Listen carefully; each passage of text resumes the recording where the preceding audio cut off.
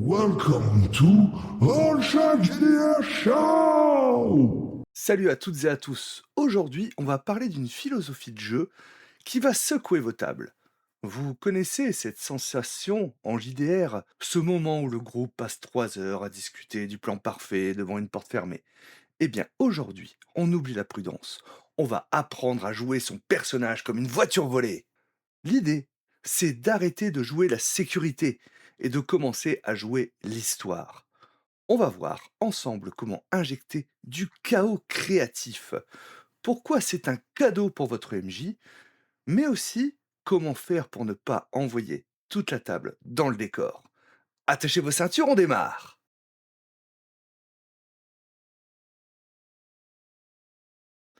Jouer son personnage comme une voiture volée, ce n'est pas être un joueur toxique ou un chaotique stupide. C'est avant tout une question d'élan narratif. Dans cette approche, on considère que le personnage est un moteur d'action. Il ne subit pas l'intrigue, il la percute. C'est l'art de prendre des décisions basées sur l'instinct, l'urgence, les failles du personnage, plutôt que sur une optimisation mécanique des chances de survie. Concrètement, c'est le personnage qui, au lieu de fouiller la pièce pendant 20 minutes, va interpeller le garde parce qu'il a une intuition. C'est celui qui accepte un pacte douteux parce que c'est exactement ce que son orgueil le poussera à faire. En gros, c'est privilégier la cohérence dramatique sur la survie technique. On ne joue pas pour gagner, on joue pour voir ce qui va se passer quand on va percuter le mur.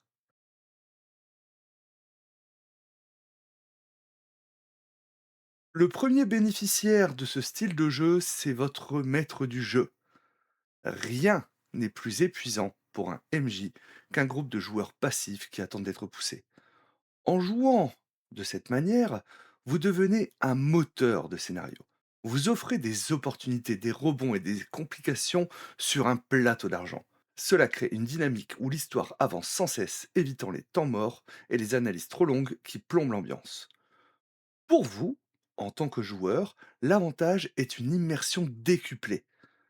En arrêtant de filtrer vos actions par le prisme du est-ce que c'est risqué, vous touchez à l'essence même du rôle.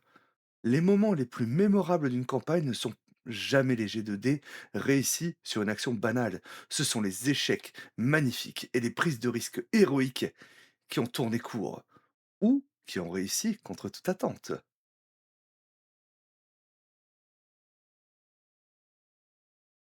Évidemment, conduire au plancher comporte des risques. Le premier est purement technique. Votre personnage va peut-être mourir plus souvent.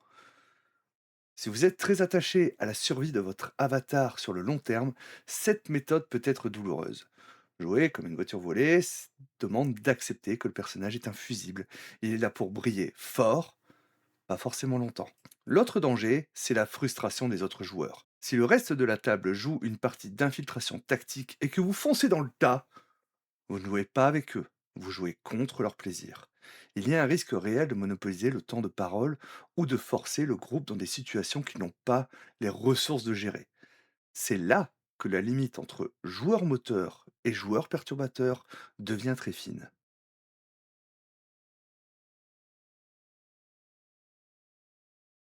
C'est le point crucial. Comment être intense sans être envahissant? La clé, c'est le partage de la cascade. Quand vous lancez votre personnage dans une situation risquée, essayez toujours d'y impliquer un autre joueur. Au lieu de dire je fonce seul, dites je regarde le guerrier, je lui fais un clin d'œil complice et je fonce.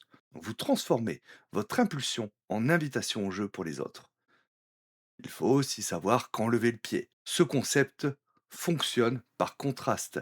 Si vous êtes en permanence à 200 km/h, vous devenez juste fatigant. Laissez de la place au moment calme et au plan des autres. L'idée est d'être celui qui débloque la situation quand elle s'enlise, pas celui qui empêche les autres de réfléchir. Enfin, la communication hors jeu est vitale. Assurez-vous que les autres joueurs sont d'accord avec ce style de jeu plus risqué. Le contrat social est votre ceinture de sécurité.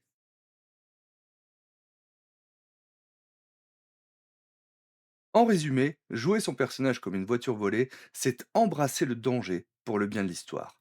C'est accepter d'être celui par qui les problèmes arrivent, parce que c'est dans le problème qu'on trouve les meilleures scènes de JDR. Alors, la prochaine fois que vous hésitez devant une situation périlleuse, demandez-vous, est-ce que mon personnage est là pour survivre au chapitre ou pour marquer l'histoire de la campagne? Merci d'avoir suivi cet épisode du All Chat JDR Show. Si cette approche vous parle ou si au contraire vous préférez les plans millimétrés, dites-le moi en commentaire. N'oubliez pas de vous abonner, de partager vos meilleures anecdotes de sortie de route narrative.